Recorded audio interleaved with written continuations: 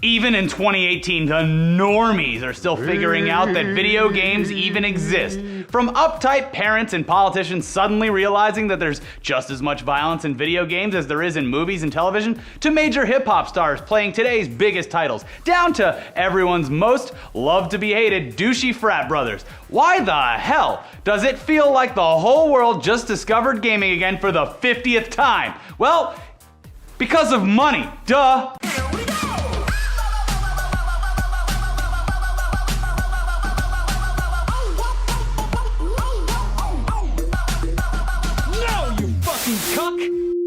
Peggy 18. Boom, boom, boom, boom, boom, boom, boom. Dab. Those are my taunts. Oh shit! You guys were right all along, and we got caught with our heads in our own butts, up in the clouds with this one. We thought that maybe, just maybe, one of the best Fortnite players organically teaming up with one of the best modern musicians would be a positive thing for the gaming community. But we forgot about one very important thing. Those damn Paul brothers. They ruin everything, even death, and now they're here to ruin gaming. Yeah, just last week when Ninja grouped up with Drake to shatter Twitch records with a live stream of them playing Fortnite together, it was all high fives and hugs from the gaming influencer community. What a great moment for Twitch and gaming in general, right? 500,000 or so new users found out that Twitch exists and that there are entertaining personalities on the site that you can watch every waking moment of every day. Especially these two guys right here. Oh, these two guys. Yeah, we're entertaining, I guess. I mean, I'm currently struggling through Dark Souls 3 with the help of the Twitch chat, and Elliot is fart blasting his way through South Park: The Stick of Truth. I beat it last night. There you go, but maybe he'll move on to a fractured asshole soon. Nah. Now, links to our Twitch channels are in the description below, but the story's not about us, because we're perfect, right? Yeah, and it turns out that all the exposure from Drake, Ninja, well, it released the Kraken. It opened Pandora's box. It released the alluring scent of cold, hard cash into the air, and the sharks started circling. Those damn Sharknado sharks, the ones that are up there in the sky. Hot off the heels of finding and filming a dead body in a suicide forest while dressed like a complete fucking idiot, Logan Paul attempted to go full force back into YouTube with a new vlog where he tasered a dead animal for the enjoyment of his many fans. In response to that, the YouTube basically demonetized his entire channel for just a little while to teach him a widow lesson. Yeah, younger brother Jake Paul, hot off the heels of being somehow more annoying than his older brother, yet also somehow never going completely over the edge of morality, aside from some not so subtle racism and being a terrible neighbor who put the lives of people near him at risk by setting things on fire in Los Angeles. He's also seen what being a total dipshit can do for your career.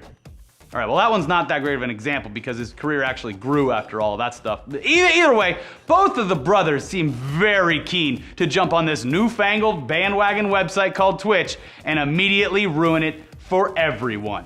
Wait, what? Vine's back? No, it's Twitch now. Oh. Hashtag content. Now, hold on, because this isn't just some crotchety opinion based on a belief that Twitch can do no wrong. Nor is it based on the fact that we openly dislike the Paul brothers and their content, because they're annoying. Yes. No, this is concerning because there's a pretty clear track record which shows that wherever the Paul brothers go, trouble and controversy almost certainly follows. Twitch is riding a little bit of a wave right now, and the new face of Twitch is a guy who's humble, who worked hard to get where he is over many years, and has the skill to back up what he does. He takes that money, he donates a lot of it to charity, and is a generally positive and likable guy aside from being a little spazzy and loud on occasion. Logang and that Team 10 shit is an undeniable force with a massive fan base, and these dudes are basically attempting to strong-arm their way to potentially become the representatives of Twitch to the masses. As you're already aware, this hasn't really worked out very well since they showed up on YouTube. Yeah. Now, we're sure that Twitch is happy to have them because of the sheer amount of money that will be made off of ad sales and Twitch's portion of potential subscribers. But this could, and probably will, blow up in their face in a PR sense at least, the same way it has for YouTube. Now, for now, let's focus on Logan. That would be the older one who did the suicide forest thing, and arguably the uglier one. He released a vlog after the Drake thing where he wanted to get on this Fortnite shit, literally titling his video, "What the heck is a Fortnite?" In the video, he heads down to the local electronics store and picks up a, I shit you not, $6,000 gaming PC set up to play a game that was just recently optimized well enough to run on a cell phone and also worked perfectly fine on a 5-year-old Xbox. $6,000 to play Fortnite. a game you can run on your iPhone. He then created a Twitch account and gained over 100,000 followers within a 24-hour period, and now sits at around 239,000 despite not having any content on it. Now, okay, it would probably not be as ridiculous if the plan was for him to do some IRL vlogging or something with the channel. There's literally simply no way that Logan Paul is going to dive headfirst into a game like Fortnite and not be completely destroyed match after match after match, which I guess might be entertaining. Yeah. But hey, prove us wrong, buddy. But unless he's carried by some incredibly good players that you should watch instead of him, this is going to be a slaughter. And he will basically take a bunch of subscriber money and stop streaming in a month when he's bored of it and finds some other cash cow to fuck. His brother Jake, much in the same vein, and actually from the same main vein, I'm talking to his dad's penis.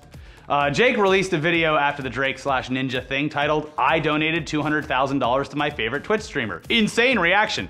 With the original thumbnail not only featuring a screenshot of Ninja, but his name and logo as well. Oh, so he gave $200,000 to Ninja. Right? Wrong. Clearly. We know this term gets thrown around a little too often, but that's some fucking blatant clickbait, because if you watch the video, please don't, but if you watch the video, he doesn't donate the money to Ninja. He doesn't even mention Ninja. Instead, he donates the money to a gamer who is part of his Team 10 cult. So essentially, he wrote off a business expense to himself just so he could break the record for highest Twitch donation and create a bunch of promotion for his Team 10 gaming project. He's embezzling. Season 2 of Dirty Money, Episode 1. The Paul Bamboozle. So hold on, let's put my conspiracy hat on here. Let me put my conspiracy hat on. Sure.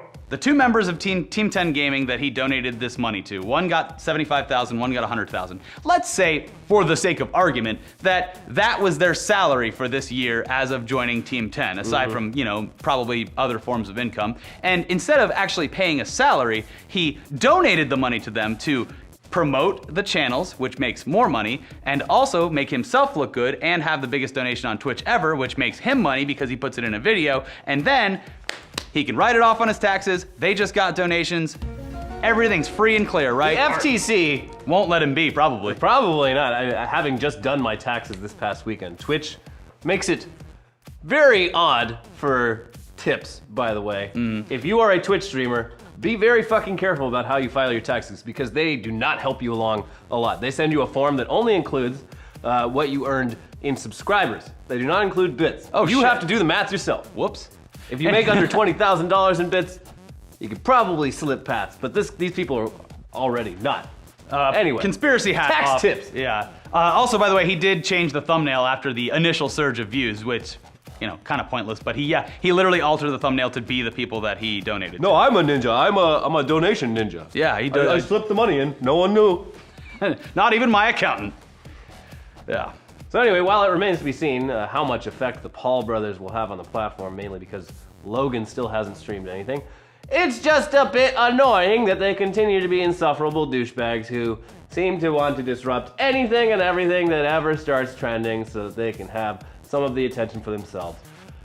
But hey, I mean, we have no ground to stand on either. The show's all about pandering to angry gamers by using ridiculous punched up characteristics of ourselves to trick you into accidentally learning about the side of gaming that isn't just positive reviews and PR statements. We're as bad as they are. I mean, I'm telling you, these guys, if you thought they were bad with the things they were filming And editing and posting to the internet, if all of that shit managed to slip through multiple checks and balances, I cannot fucking wait to hear the insane, terrible things they say when the camera is just turned on for hours at a time. Changed the name to his Twitch name to Heated Gaming Moments with Logan Paul. Oh, they're definitely gonna drop the N-word first month. Yeah. I'd say first month.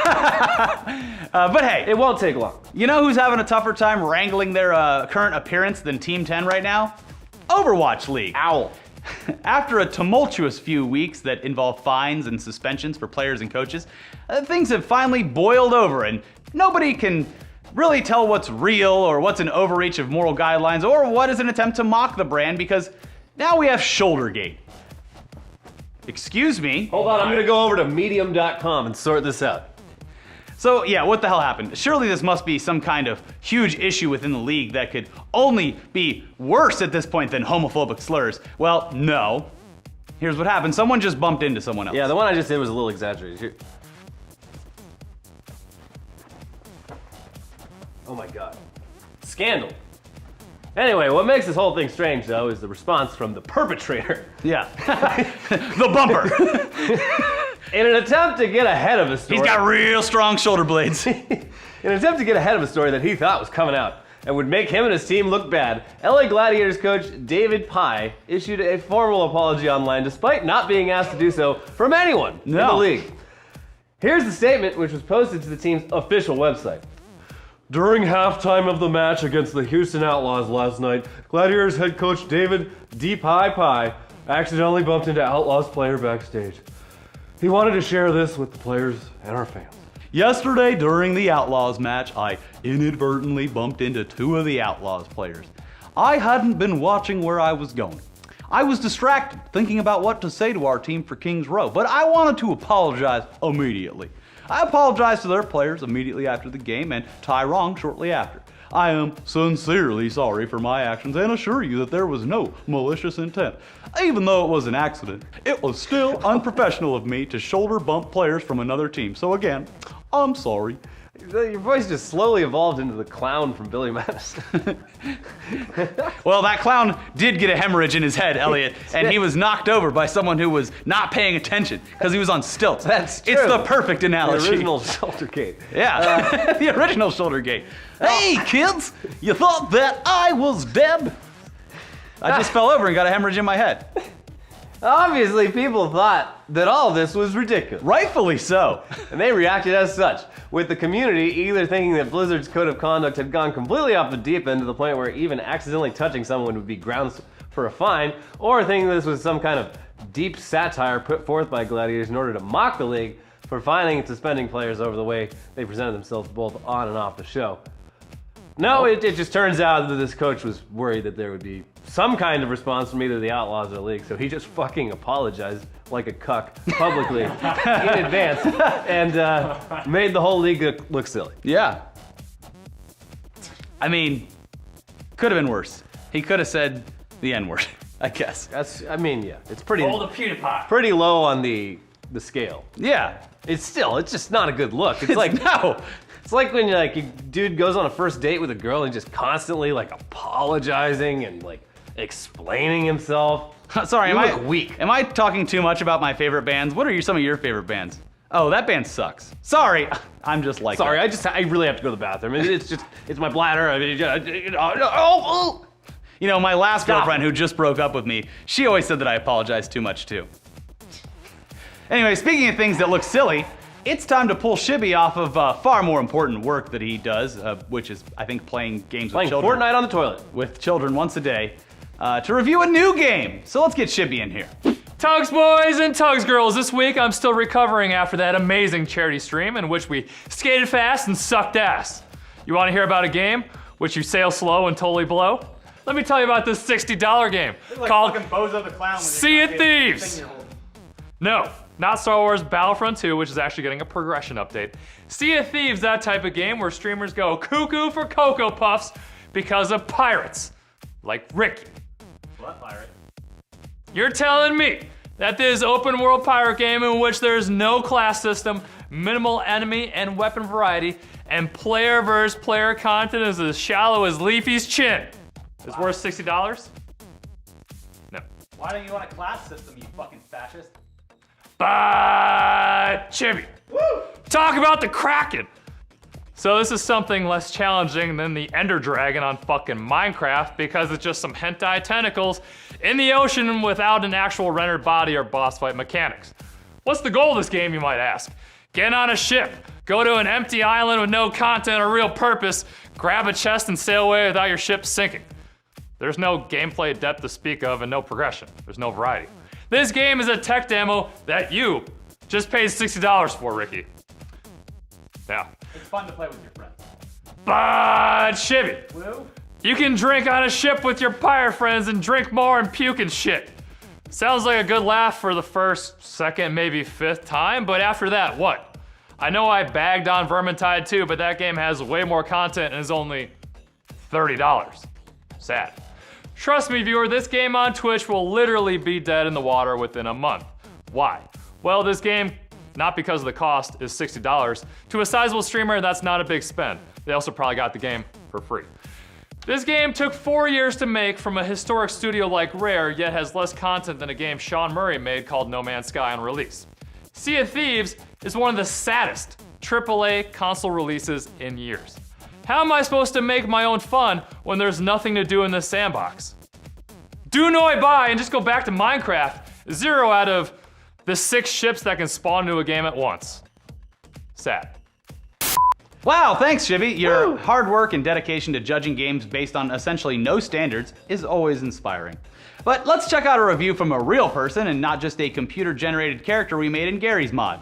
In honor of Far Cry 5's release, we went back to check and see if Far Cry 4 was any good and found this review from Amazon user Mike Jones, who titled his review... Mike Jones?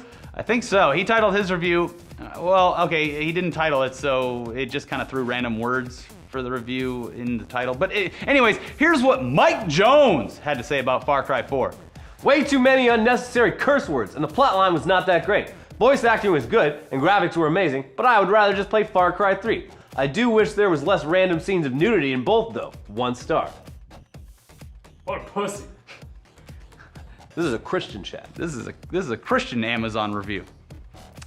Anyways, follow us on Twitch. I'm twitch.tv/itsricky for the win. Follow me, twitch.tv/ElliotETC. For the best gaming content. And also watch our Monday morning live show where we talked about Luigi's dick. And then also watch last week's episode of T.U.G.S. We'll see you guys next time. It's huge.